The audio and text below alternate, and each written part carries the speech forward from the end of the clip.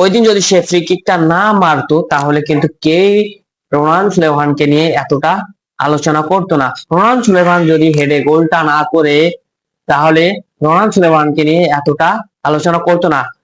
কিন্তু দলে যদি সেই সুযোগটা নাই পায় তাহলে তা কিভাবে তার জাত চেনাবে? এই ম্যাচেও কেন ডিক্লেন সুলেমানকে ম্যাচে সুযোগ দেওয়া হলো না? যে বাংলাদেশ অনূর্ধ্ব-20 দল সাব চ্যাম্পিয়নশিপে ভালো খেলছে, তারা ভারতের বিপক্ষে গতকাল ম্যাচে 1-1 গোলে ড্র করেছে।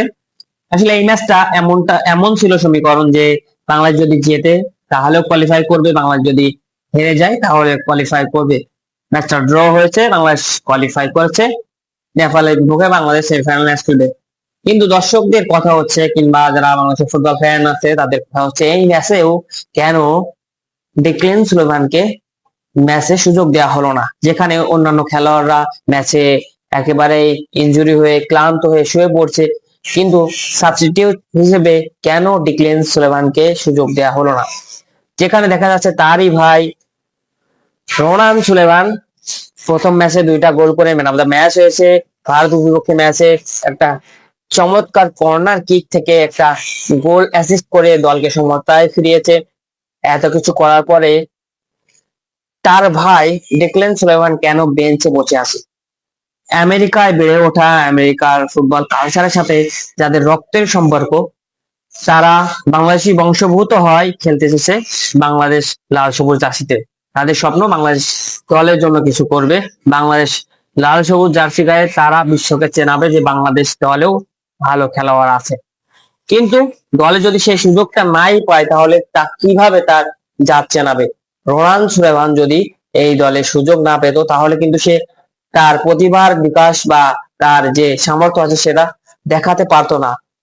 ওই দিন যদি সে ফ্রি কিকটা না মারতো তাহলে কিন্তু কেউ রোনাল্ড সুলেমানকে নিয়ে এতটা আলোচনা করতো না। রোনাল্ড সুলেমান যদি হেডে গোলটা না করে তাহলে রোনাল্ড সুলেমানকে নিয়ে এতটা আলোচনা করতো না। যদি রোনাল্ড সুলেমান ম্যাচে সুযোগ না পেত তাহলে তাকে নিয়ে তো আলোচনা করার প্রশ্নই আসতো না।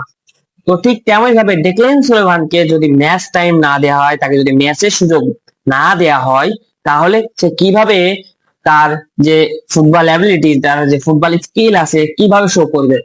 আসলে এই ভারতের বিপক্ষে ম্যাচটাতে তার সুযোগ দেওয়ার একটা যৌক্তিক কারণ ছিল, কারণ এই ম্যাচটা ততটা ইম্পর্টেন্ট ছিল না। এই ম্যাচে সুযোগ দিয়ে দেখতে পারতো যে সে কি করতে পারে, কিংবা তার কতটুকু অ্যাবিলিটি আছে এই দলের সাথে মানিয়ে নেওয়ার। তাহলে কিন্তু যে সামনে নকআউট ম্যাচ, নেপালের বিপক্ষে সেমিফাইনাল ম্যাচ, সেখানে তো তার আর সুযোগ পাওয়ার কোনো স্কোপ আমি দেখছি না। কারণ এই ধরনের গুরুত্বপূর্ণ ম্যাচে তো আর এক্সপেরিমেন্ট করা যায় না, এই ধরনের ম্যাচে তার টিম কম্বিনেশন ভাঙা যায় না।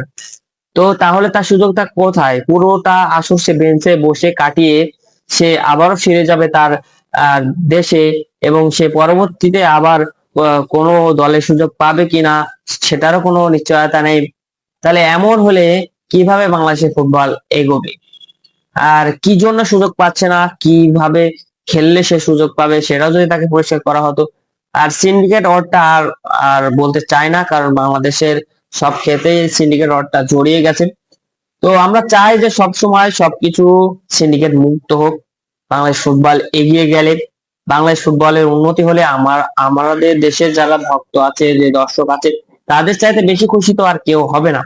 আর যারা খেলে, যারা বাংলাদেশকে রিপ্রেজেন্ট করছে, তাদেরও দায়বদ্ধতা আছে বাংলাদেশকে এগিয়ে নিয়ে যাওয়ার।